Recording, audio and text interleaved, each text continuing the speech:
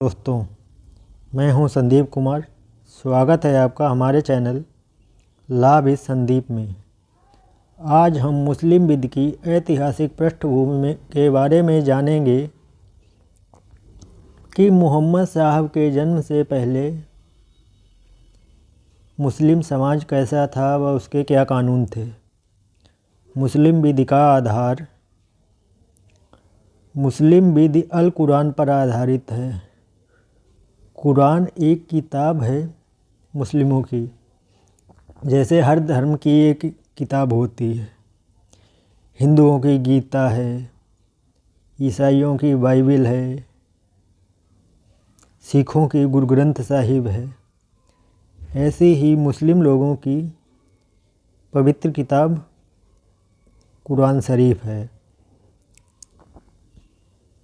जिसका अस्तित्व मुसलमान आदिकाल से ईश्वर की सत्ता में मानते हैं तथा इसे मानव के समक्ष पेश करने वाले मोहम्मद साहब को रसूल अल्लाह अर्थात अल्लाह का दूत, मैसेंजर ऑफ गॉड मानते हैं।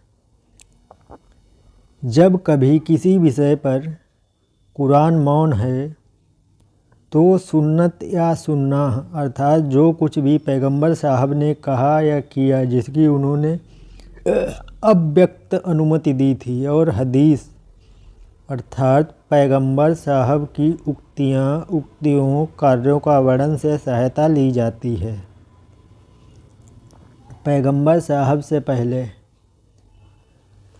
का समाज कैसा था व उसके क्या कानून थे।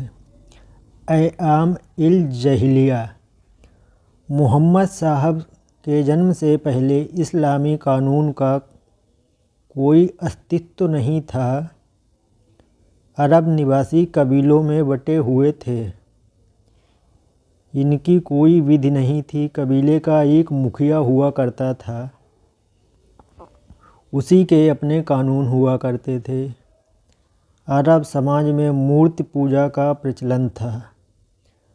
बहुविवाह हुआ करते थे। बहुविवाह अर्थात पॉलीगैमी। बहुविवाह ऐसा विवाह होता, एक ऐसा विवाह है जिसमें एक आदमी एक से अधिक औरतों से विवाह करता है, उसे बहुविवाह कहा जाता है।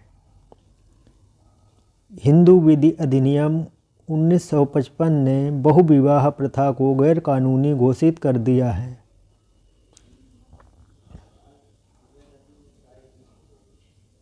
और बहुविवाह के संबंध में हिंदू विधि की धारा 17 में दिया गया है तथा इंडियन पीनल कोड अर्थात आईपीसी की धारा 494 में दुविवाह अर्थात दूसरा विवाह को अपराध माना गया है। और धारा 495 में कि अगर कोई भी व्यक्ति अपना पहला विवाह छुपाकर किसी भी स्त्री से विवाह करता है तो उसे दंडित किया जाएगा। यह कर दिया। विशेष विवाह अधिनियम 1954 व्यक्तियों को अंतर्विवाह अर्थात दूसरी जाति में विवाह करने की अनुमति देता है, मगर इसमें बहुविवाह पर रोक है। इस अधिनियम का उपयोग कई मुस्लिम महिलाओं द्वारा बहुविवाह प्रथा को रोकने में मदद हेतु किया गया है।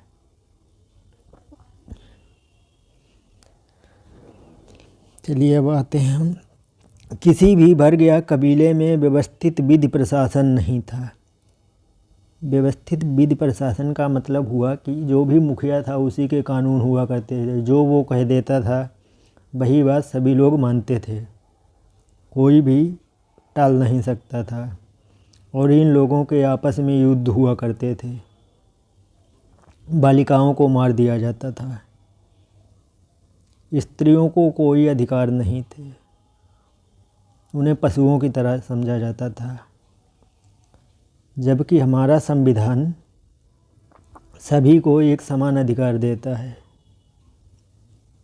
संविधान के अनुच्छेद 15(1) के आधार पर राज्य किसी नागरिक के विरुद्ध उसके धर्म, मूल वंश, जाति, लिंग, जन्म स्थान के आधार पर कोई विभेद नहीं करेगा, क्योंकि हमारा संविधान में दिया गया है कि पंथ निरपेक्ष राज्य की अवधारणा है कि सभी को एक समान माना जाएगा, किसी के साथ भी किसी तरह का भेदभाव नहीं किया जाएगा, चाहे वह किसी भी आधार पर हो। इस्लाम में प्रारंभ में मुता अस्थाई विवाह प्रचलित था। मुता एक प्रकार का अस्थाई विवाह जो कुछ समय के लिए किया जाता था। यह अरब समाज में ज़्यादा प्रचलित था। बाद में इसे मोहम्मद साहब ने निषिद्ध घोषित कर दिया।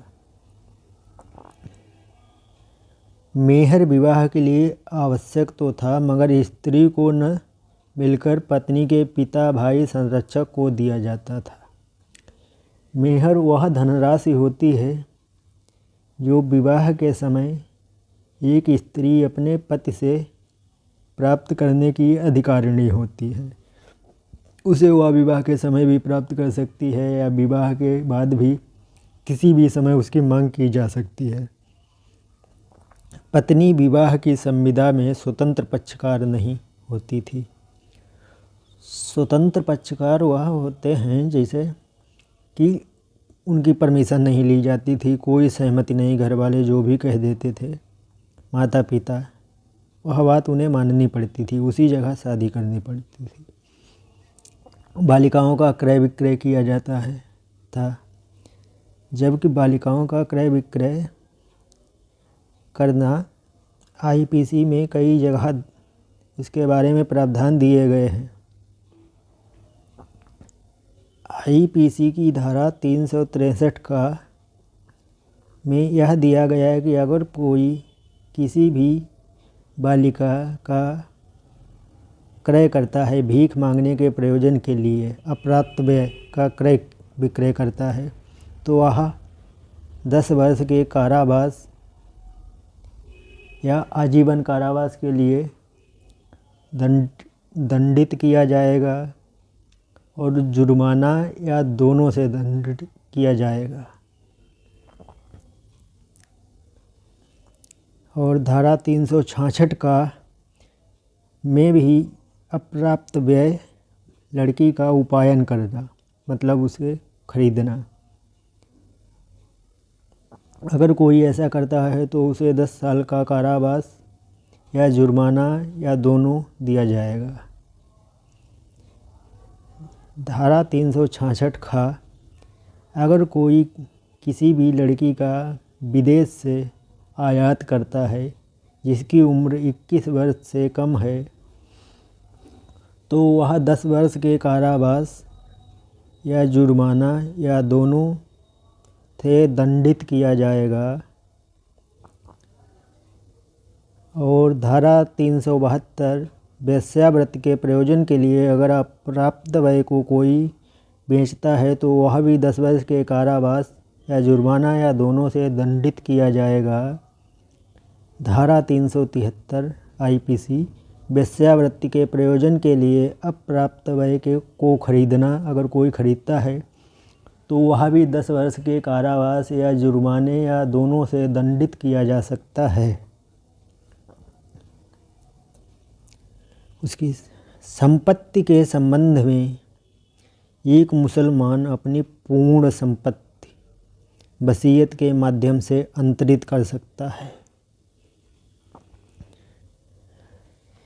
यहाँ पर ये संपत्ति अंतरण के बारे में आपको बताते हैं कि संपत्ति अंतरण अधिनियम धारा 1882 की धारा 5 के अनुसार संपत्ति के अंतरण शब्द से ऐसा कार्य होना अभिप्रेत है जिसके द्वारा कोई जीवित व्यक्ति एक या अधिक अन्य व्यक्तियों या स्वयं को तत्काल या भविष्य के लिए संपत्ति हस्तांतरित कर सकता है। स्त्रियां उत्तराधिकार से वंचित थीं। यह केवल पुत्र, पिता, भाई, पितामह, चचेरा भाई ही प्राप्त कर सकते थे। क्योंकि महिलाओं को किसी भी प्रकार का कोई अधिकार नहीं दिया गया था, न उन्हें संपत्ति में कोई अधिकार मिलता था, न कुछ भी। पूर्वजों या वंशजों के अतिरिक्त किसी को नहीं मिलती थी ऐसी संपत्ति। ऐसे ही अव्यवस्थित समाज, जिस समाज में किसी भी प्रकार की कोई व्यवस्था नहीं थी, कानून नहीं था, छोटे छोटे कबीले बने हुए थे, उनका मुखिया हुआ करते थे, उसी के हिसाब से सब काम किया करते थे। ऐसे ही अव्यवस्थित समाज में मोहम्मद साहब ने सुधार व मुस्लिम विधि का जन्म इस्लाम के अभ्युदय से हुआ।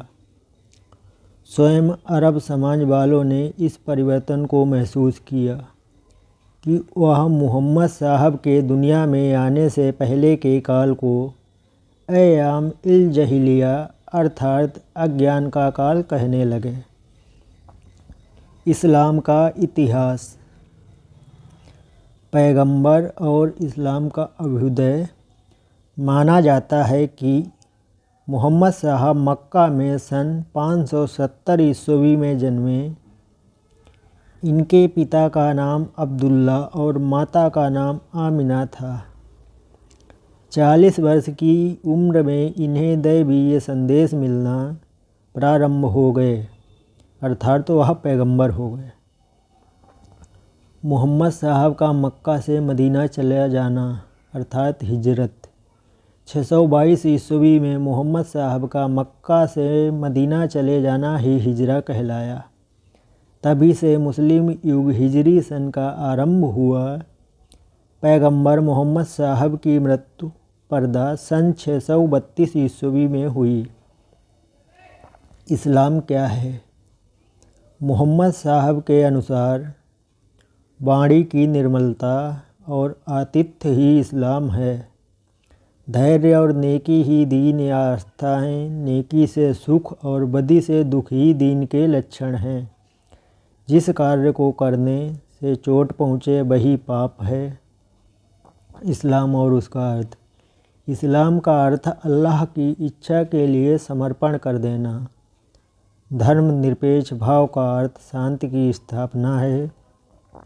सलमा धातु से इस्लाम शब्द बना है, जिसका तात्पर्य धैर्य रखना, विश्रांत रहना, अपना कर्तव्य पालन करना, ऋणों का भुगतान करना, समाज के लिए समर्पित रहना।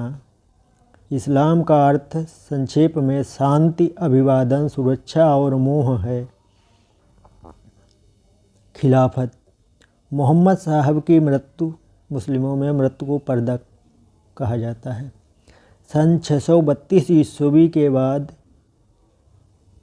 उत्तराधिकार के प्रश्न को लेकर मुस्लिम समुदाय दो गुटों में विभक्त हो गया। एक गुट का नेतृत्व पैगंबर साहब की बेटी फातिमा कर रही थी, जो शिया शाखा कहलाया। का मानना यह था कि उनका उत्तराधिकारी उनके परिवार का होना चाहिए। दूसरे गुट सुन्नी गुट का मत था कि मोहम्मद साहब के अनुसार उनके उत्तराधिकारी खलीफा का निर्वाचन होना चाहिए। ओमेदिया राजघराना।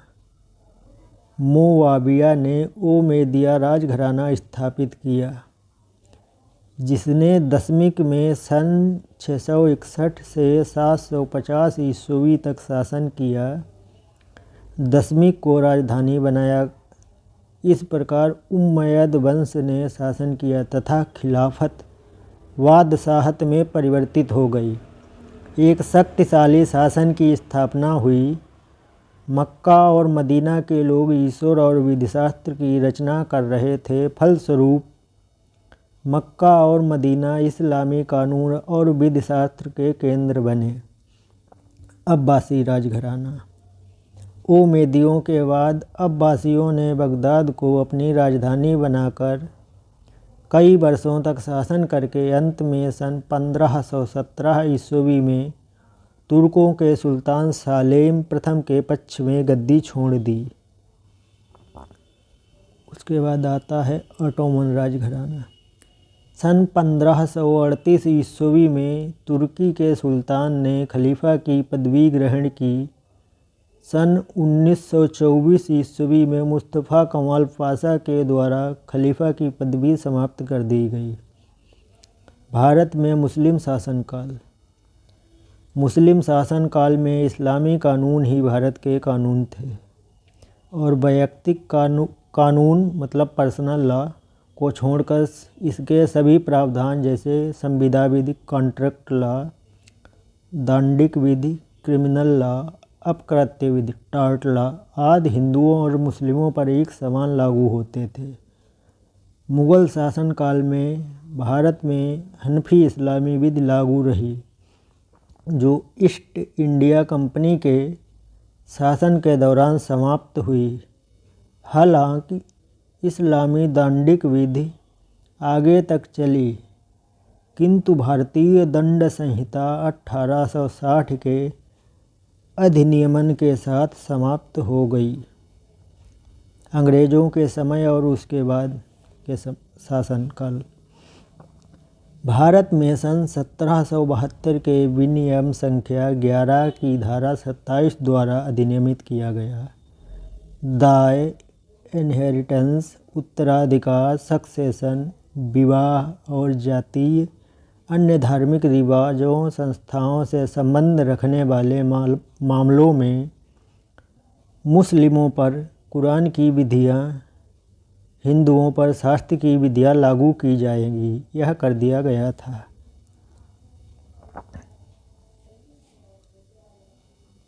बस आज के लिए इतना ही। धन्यवाद। कृपया हमारे चैनल को लाइक करें, शेयर करें और सब्सक्राइब करें।